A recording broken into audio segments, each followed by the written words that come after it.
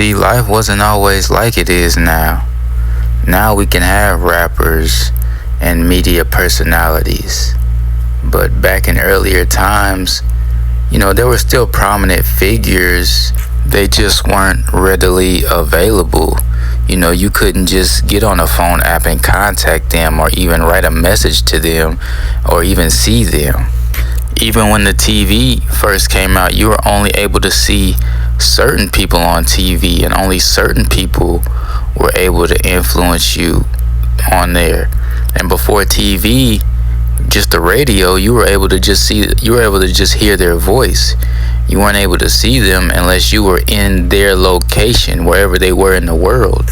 Your only other option to see them before TV would be the newspaper or a magazine. And you could really only influence a person so far if the only influence you had was being able to influence them through a magazine or a newspaper. So as far as celebrities and prominent figures and known figures and famous people, if you weren't around them in their entourage or group, or they didn't know you, you wouldn't know where they were really gonna be at, and you wouldn't really be able to see them like now, or be influenced by them as much like now. So influencing goes to a whole nother level when you can see that influencer whenever. They can influence you at any time of the day. You can see them at any time of the day, hear their voice, hear their story, or hear whatever they want to tell you, or music they want to drop at any time. And I'm not gonna say that's a negative thing. It's just different. It's a change from times when people weren't as accessible. Even now, a person can still be a big influencer even when they're no longer here. Like, imagine if we could actually hear George Washington's voice, or we could, hear it from anybody way back and actually see and hear their real personality. It's a bigger influence than just reading about them, reading what someone wrote about them. And so nowadays, people are able to be influenced by a lot of different things in the media, whether it just be TV, radio, a certain person talking on the internet, a certain artist's music, a certain political figure talking online. We're able to now be continuously entertained and influenced by figures. And we have to know when to turn it off. Because in the past, we didn't have that much access to content. Way back, you had to go and be in person to hear somebody talk. Before radio, you had to go be there in person and hear that person talk. And if you wanted to hear what was said, you couldn't replay it because the technology wasn't around yet.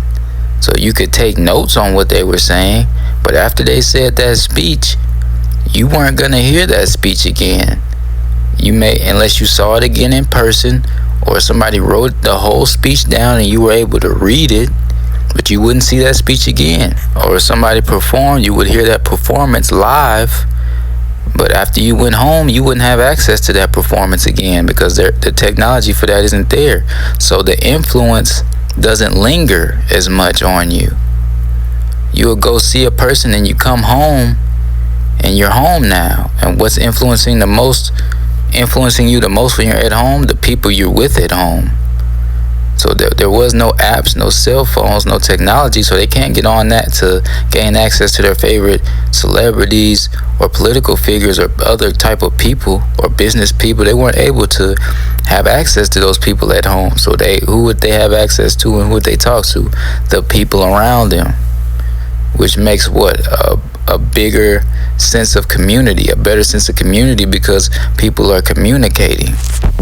Because that's all they have. The women are talking to the men in their community. The men are talking to the women in their community because that's who they have access to.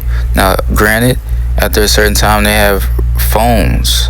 But before the internet, even if you had a phone, you were still more than likely gonna talk to somebody in your community or find them at a place you frequently go, or at least at a place that was relatively close, because you don't have access to even know.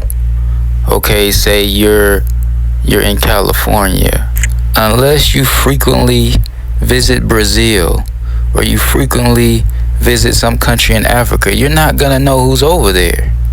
So you're not gonna have access to know any women over there. But now with this internet, it's guys from California. I'm sure they're looking at women from Brazil. They're looking at women from Africa. They're looking at women from London. They're, because you can kind of peep and see what's over there, because women from those places are online as well. So I think before, these apps came along and the internet, to some extent, some communities